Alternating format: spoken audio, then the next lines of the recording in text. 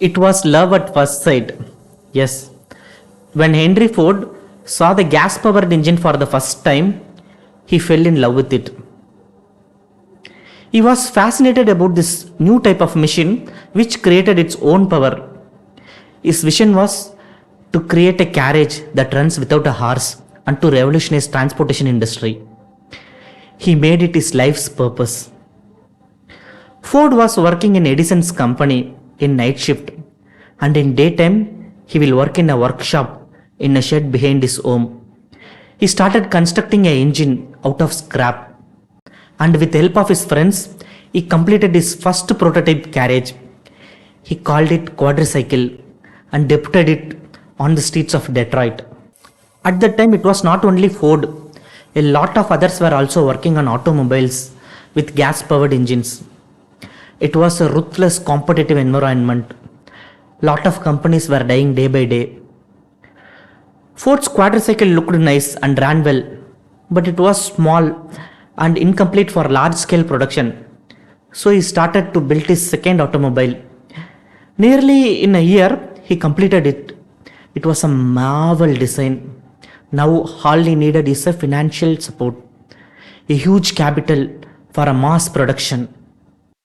Starting an automobile production company is not very easy. It requires a tremendous amount of capital and a complex business structure. One of the most prominent businessmen of Detroit, William H. Murphy, came forward to fund Ford's project. The company was named as Detroit Automobile Company. The car Ford has designed need to be reworked. As the parts came from different places, some of the parts were heavy, Ford need to replace it. Ford kept on refining the design close to his ideal. As it was taking too long, the investors lost patience, they became restless. Within 1.5 years, the company was dissolved as they lost faith in Ford. Ford was analyzing his failure. He came to a conclusion that he was trying to solve too many consumer needs in his car. So he wanted to give a second try. He started building a small lightweight vehicle aiming middle class segment. Again he convinced Murphy to give him a second chance. Believing in Ford's genius, he agreed. Together they formed Henry Ford Company. Right from the beginning, Ford felt the pressure from Murphy. He don't like the interference of people who don't know nothing about the design and the high standard he was trying to establish. Even Murphy and his men brought a new person to supervise Ford. And this was the breaking point. Within 1 year of the establishment of the company, Ford left the company. He had already blown 2 of his chances and nobody will give him a third chance. He don't like the interference of investors in his work. All that needed is the great design and they don't know about it. The solution is to find a way to maintain complete independence from financiers. He should invent his own form of organization, his own business model which suited his temperament and needs, and also a team which he could trust, and also a authority and power to take final decisions. Within months, he found an ideal partner, Alexander Malcolmson. Like Ford, he is a risk taker. He agreed to fund Ford's project and not to interfere in the production business. Soon Ford built a car known as Model A. The Model A would be the lightest car ever made, simple and durable.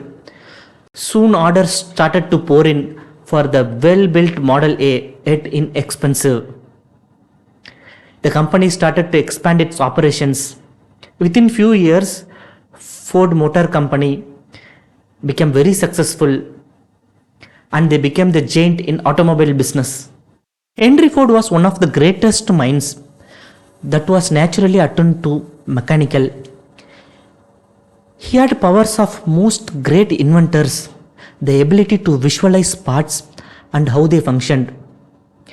But what he needed is additional training in business or in entrepreneurship. Fortunately, working with machines had developed him a practical intelligence, problem solving skills, patience that he could apply to anything. When you are a startup, you will be faced with lot of challenges. When a machine malfunctions, you should not take it personally. In fact, it is a blessing in disguise. Such malfunction shows the inherent flaws in your system and the ways to develop them. You keep on trying until you get it right. Mistakes and failures are precisely a means of education. They show your inadequacies. In fact, it is very difficult to get it from people as they are often political in their praise or in criticisms. Your failures will permit you to see the flaws in your ideas, which are only revealed during execution of them.